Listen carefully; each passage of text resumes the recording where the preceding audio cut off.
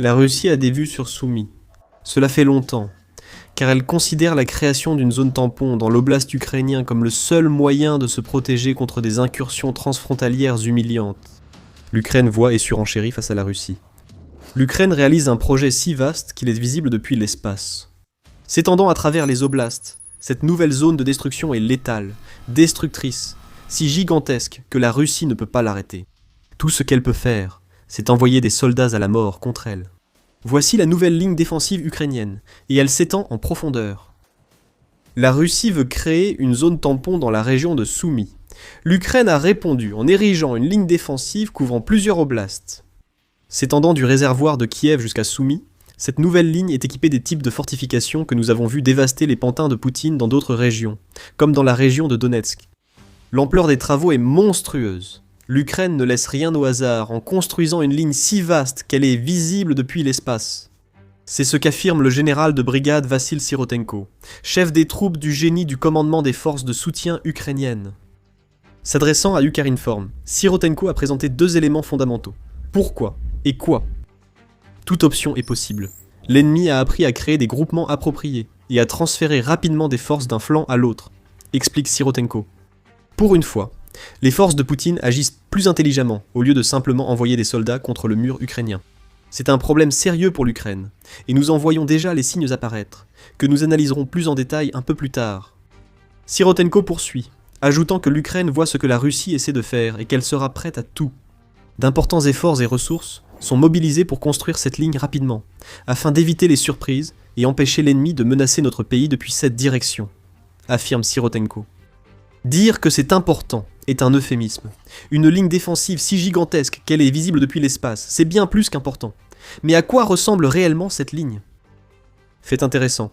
L'agence de presse russe TASS nous fournit quelques informations. Un expert proche du front indique à TASS que l'Ukraine érige une ligne de défense multicouche dans 3 districts de la région de Soumy, près de la frontière de Koursk en Russie. Vous vous souvenez peut-être de cette région. En août 2024, l'Ukraine a lancé une contre-invasion audacieuse dans la région de Koursk, s'emparant de plus de 1000 km², soit près de 400 miles carrés de territoire, juste sous le nez de Poutine. Une humiliation pour la Russie, et une condamnation à mort pour des milliers de soldats envoyés par Poutine reprendre Koursk. La contre-offensive de la Russie contre un contingent relativement réduit de forces à Koursk a pris des mois à s'achever et a entraîné plus de 80 000 pertes pour la Russie, selon le commandant en chef des forces armées ukrainiennes, Oleksandr Syrsky. C'était une bonne opération de guerre pour l'Ukraine. Prendre du territoire, humilier Poutine, épuiser les troupes russes. La Russie refuse de revivre une contre-invasion comme celle de Koursk. L'offensive vers Soumy vise uniquement à empêcher l'Ukraine de répéter ce qu'elle a réussi en 2024, et les défenses multicouches sont la réponse de l'Ukraine à la Russie. TASS indique que l'Ukraine installe des champs de mines et crée des positions leurres. Cela ressemble au début de la formation d'une zone de destruction. Tu as tout à fait raison.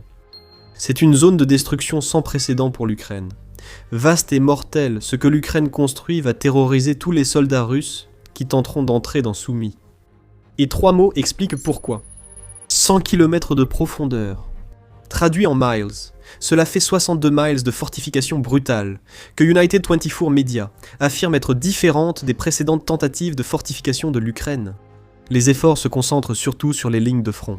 L'an dernier, l'Ukraine a montré l'efficacité de l'extension de ses fortifications, au-delà de ses lignes dans l'Est, comme en témoigneraient des dizaines de milliers de Russes morts, s'ils le pouvaient. Le média précise que la défense en couche de l'Ukraine prévoit plusieurs positions défensives dans les 20 premiers kilomètres, soit environ 12,4 miles du front, puis d'autres jusqu'à 62 miles. L'Ukraine anticipe chaque mouvement russe grâce à ses nouvelles fortifications. Nous observons mines et positions leurres, selon TASS. Des mesures anti-chars, comme des fossés et des dents de dragon, sont en cours d'installation. Cependant, l'Ukraine sait aussi qu'une attaque russe se prépare et que cette attaque impliquera des drones FPV à fibre optique. L'Ukraine répond en ajoutant de nouvelles contre-mesures à ces drones à fibre optique, les empêchant de progresser comme avant. Nous ne savons pas quelles sont ces contre-mesures. L'Ukraine ne communique pas à ce sujet. Cependant, l'Ukraine a des options, selon l'Atlantic Council. Des barrières physiques peuvent gêner les drones à fibre optique en faisant s'emmêler leurs longs fils. On peut aussi installer des filets pour intercepter les drones avant qu'ils n'atteignent leur cible. Des systèmes sophistiqués, utilise radars d'alerte précoce, capteurs acoustiques et une nouvelle génération de systèmes de détection par IA pour alerter rapidement les troupes au sol lors de l'arrivée d'essaims de drones russes. Militani souligne aussi un point intéressant dans son analyse des vastes nouvelles zones létales ukrainiennes. Le Sénat italien a récemment proposé une loi pour créer un mécanisme d'État permettant de transférer des filets de pêche hors service vers l'Ukraine. Si la loi est adoptée, ces filets pourraient se passer de la capture de sardines et d'anchois à l'entrave des drones russes à fibre optique. Ça, c'est de la réutilisation. Ça va devenir une zone de destruction sans précédent. Nous ne pouvons pas non plus oublier l'arme principale utilisée dans ces zones de destruction. Les défenses sont importantes, mais comme l'ont montré les zones de destruction passées et actuelles, les fortifications ukrainiennes visent autant à user qu'à stopper les forces russes. Et pour cela, l'Ukraine utilise ses propres drones FPV, des milliers d'entre eux, tous en patrouille constante à la recherche du moindre signe d'incursion russe. Les drones aériens sont accompagnés de systèmes robotiques au sol, qui s'occupent souvent de la logistique, mais peuvent aussi être utilisés pour attaquer les positions ennemies. L'Ukraine tisse également habilement ses défenses de manière à canaliser les soldats russes vers des positions d'embuscade où l'artillerie peut déchaîner une puissance de feu importante sur eux. C'est ce qui attendra les forces de Poutine à Soumy. Et cela nous amène justement à la raison pour laquelle l'Ukraine construit une zone de destruction qui s'étend sur plus de 100 km et qui est visible depuis l'espace. Nous pouvons dire ce que cette nouvelle zone de destruction ne signifie pas. Même si de nouvelles lignes partent du réservoir de Kyiv, l'Ukraine n'anticipe pas d'offensive russe contre sa capitale. En fait, la création de ces fortifications est le signe que l'Ukraine se prépare à une guerre prolongée qui pourrait durer encore de nombreuses années. L'Ukraine doit préparer sa défense à tous les niveaux. Cette nouvelle zone de destruction en témoigne et montre qu'elle a pris une nette longueur d'avance en ce qui concerne Kyiv. La Russie n'a tout simplement pas les ressources nécessaires pour lancer une attaque contre Kyiv ou les territoires du nord de l'Ukraine, selon les rapports de l'ONU. Une percée aussi profonde que la zone de destruction est impossible vu le nombre de soldats que Poutine a déployés aux frontières et sur le territoire allié du Bélarus. À propos de Kyiv, cette nouvelle ligne défensive montre l'action proactive de l'Ukraine. Un assaut contre la capitale est probablement encore dans plusieurs années, et les vastes zones de destruction comme celle en cours de construction dans la région de Soumy sont spécifiquement conçues pour rallonger le temps dont la Russie a besoin avant d'être prête à lancer un tel assaut. Certains, comme l'analyste militaire Oleksandr Kovalenko, estime que l'Ukraine aurait dû construire ce genre de défense il y a des années. Elle ne l'a pas fait, mais elle a désormais la technologie et les ressources pour construire des fortifications qui détruiront les troupes russes. Si cette nouvelle zone de destruction ne vise pas à protéger Kyiv à court terme, quel en est alors l'objectif ? Nous avons déjà donné des indices. Les mots « zone tampon » devraient vous parler. Avant d'expliquer ce que l'Ukraine tente avec ses fortifications en profondeur visible depuis l'espace, rappelons que vous regardez The Military Show. Nous offrons une vue d'ensemble, pas seulement les titres. Abonnez-vous pour imiter l'Ukraine et garder l'avantage. Nous assistons actuellement à la réponse de l'Ukraine face aux actions russes à Soumy. Sirotenko l'a clairement dit en évoquant comment la Russie a appris à créer des groupements et à déplacer des forces entre les flancs. Syrski l'a aussi souligné le 22 avril, affirmant que la Russie avait consacré du temps à regrouper ses unités et déplacer des réserves vers le front. Il croit à une nouvelle offensive en préparation. Bien que cet effort de regroupement se concentre à Donetsk et dans le Donbass, Soumy est aussi une priorité pour la Russie. Dans certaines zones de Soumy, l'offensive russe a d'abord rencontré un certain succès. Le 13 avril, le Kiev Independent a annoncé que les forces ukrainiennes avaient dû quitter une poignée de villages de l'oblast de Soumy.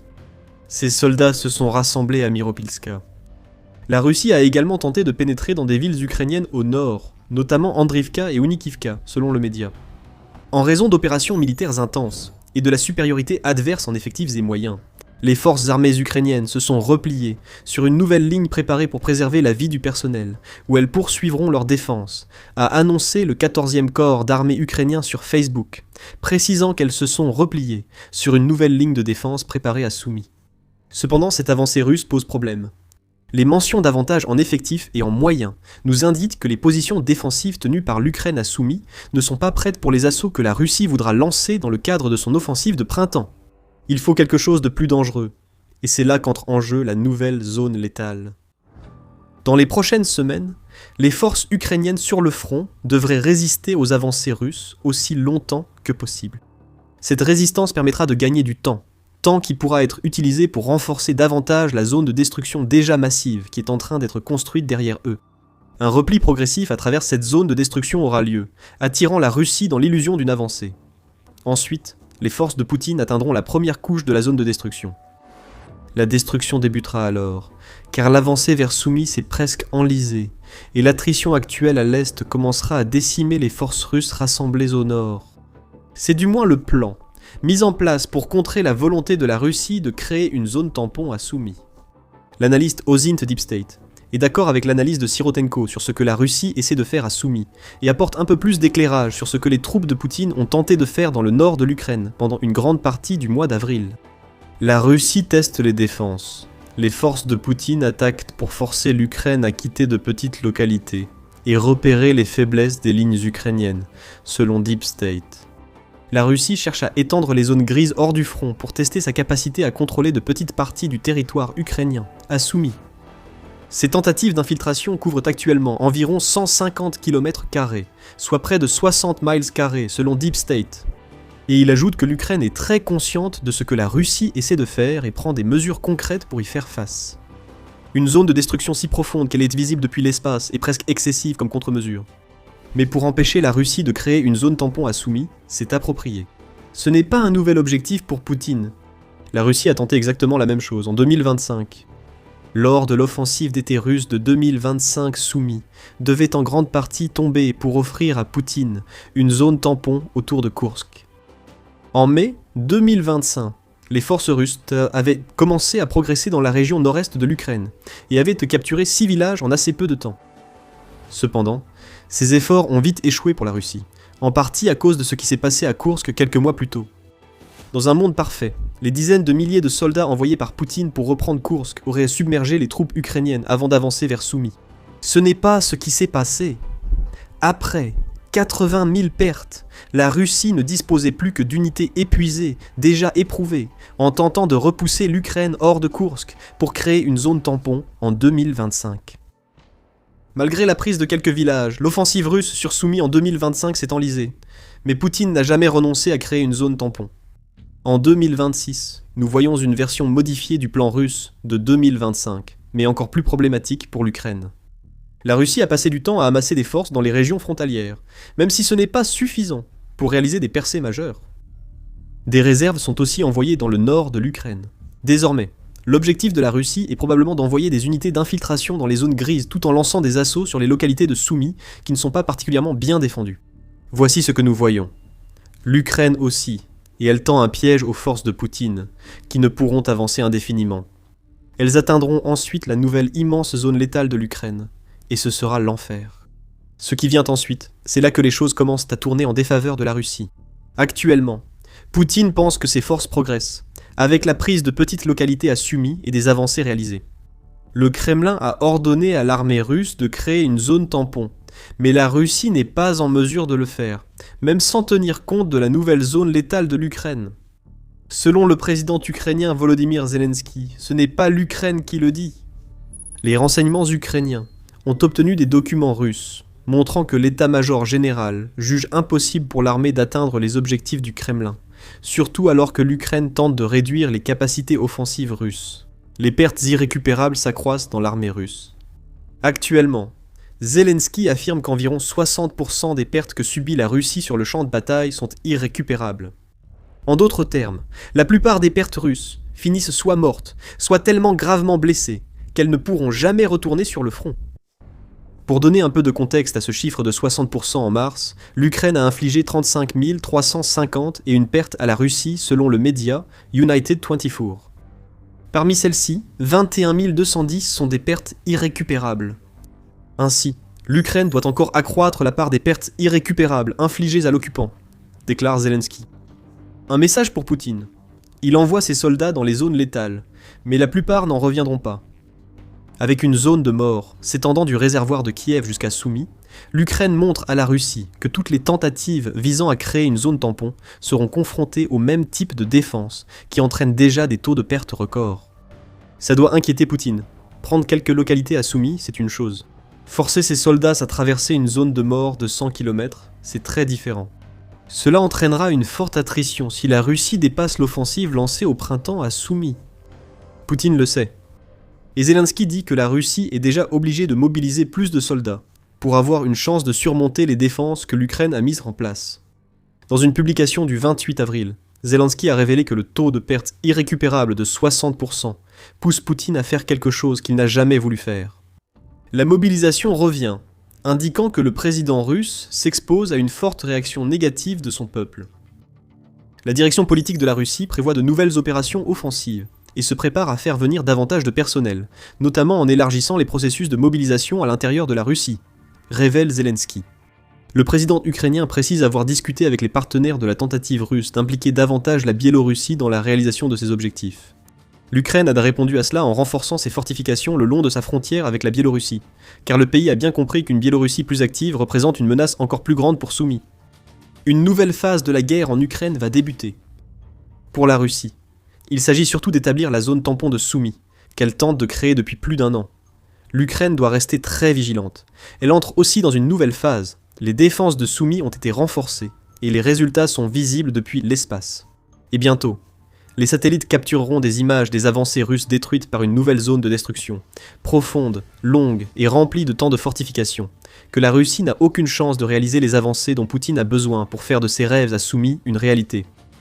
En parlant de nouvelles phases de la guerre en Ukraine, l'apparition des drones ukrainiens de moyenne portée donne un aperçu de ce qui attend les forces de Poutine si elles parviennent à progresser à Soumy. Ces drones percent les défenses et détruisent les infrastructures derrière les lignes russes, à Donetsk. Et ce qui s'est passé le 16 avril montre à Poutine de quoi l'Ukraine est capable avec ses défenses. Si vous voulez en savoir plus, regardez notre vidéo. Et si vous avez apprécié cette vidéo, n'oubliez pas de vous abonner à The Military Show pour ne rien manquer de notre couverture des derniers développements de la guerre en Ukraine. Et merci de nous avoir regardés.